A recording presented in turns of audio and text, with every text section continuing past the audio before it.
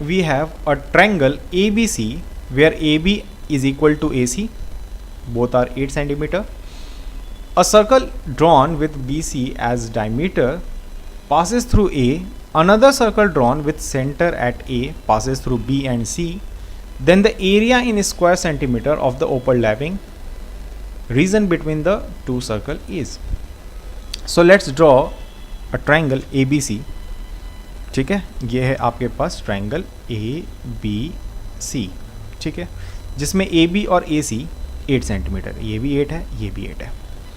A circle drawn with BC, तो अगर BC को डायमीटर समझकर अगर आप ड्रॉ करोगे circle which is passing through A, तो ये होगा कुछ ऐसा, राइट. अब चूंकि ये BC डायमीटर है तो डेफिनेटली ये एंगल जो होगा वो होगा आपका 90 degree, right. Triangle on semi circle is right angle triangle. I hope you know the concept. Now another circle drawn with centre at A, एक दूसरा सर्कल है जिसका सेंटर है कौन सा A, passes through B and C, then the area in square centimeter of the overlapping region. अगर दूसरा circle बनाओगे आप तो ये होगा. तो लेट्स अज्यूम कि ये है सर्कल 1 और ये है सर्कल 2,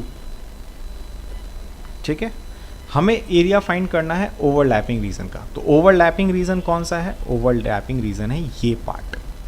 इस पार्ट का मुझे चाहिए एरिया, ठीक है. तो एरिया फाइंड करने से पहले आप ये देख सकते हो कि सर सबसे पहले क्यों ना हम हाफ ऑफ पार्ट का एरिया फाइंड कर लें. हाफ पार्ट कौन सा? पहले तो आप इस पार्ट का एरिया फाइंड कर लो, क्लियर है. फिर हम लोग इस पार्ट का एरिया फाइंड करेंगे, नीचे वाले पार्ट का, ओके.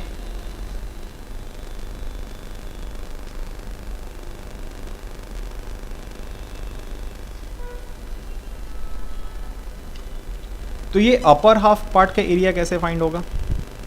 सबसे पहले तो आपको रेडियस पता होना चाहिए क्योंकि ये सेमी सर्कल है. अब सेमी सर्कल का रेडियस कैसे निकलेगा? तो या फिर आप सर्कल का रेडियस कैसे निकाल सकते हैं? तो ज़रा आप सोचो, ये है आपका राइट एंगल ट्रायंगल ABC, जिसमें ये साइड 8 है, ये साइड 8 है, तो BC कितना आ जाएगा बाय द पाइथागोरस थ्योरम? ये आ जाएगा आपके पास 8√2, क्लियर. तो ये पार्ट यानी कि जो रेडियस होगा इसका हाफ हो जाएगा 4√2, ये भी 4√2, ठीक है. BC अगर 8√2 है, रेडियस आपका आएगा 4√2. अगर आपका रेडियस आ चुका है तो रेडियस से हम ये फाइंड कर सकते हैं कि हाफ की सेमी सर्कल का एरिया क्या होगा, ठीक है ना. तो फॉर C1 यानी कि हम C1 सर्कल में काम कर रहे हैं. For C1 area of overlapping region, ठीक है, ये हो जाएगा πr²/2, क्योंकि टोटल एरिया जो होता है सर्कल का πr² होता है. हम सेमी सर्कल का एरिया निकाल रहे हैं, ये हो जाएगा πr²/2. Pi radius is nothing but 4√2 का स्क्वायर डिवाइड बाई 2. ये आ जाएगा आपके पास pi into 16 into 2 divide by 2. 2 से 2 cancel, this is equal to 16 pi. अभी हमारा टास्क ख़त्म नहीं हुआ है, हमें अभी और फाइंड करना है क्या? इस पार्ट का एरिया. आप बताओ ये पार्ट का एरिया कैसे फाइंड होगा? तो ज़रा अगर हम ध्यान से देखें तो मुझे दिख रहा है कि ये जो सेक्टर है ना, जो कि C2 का एक क्वाड्रेंट है.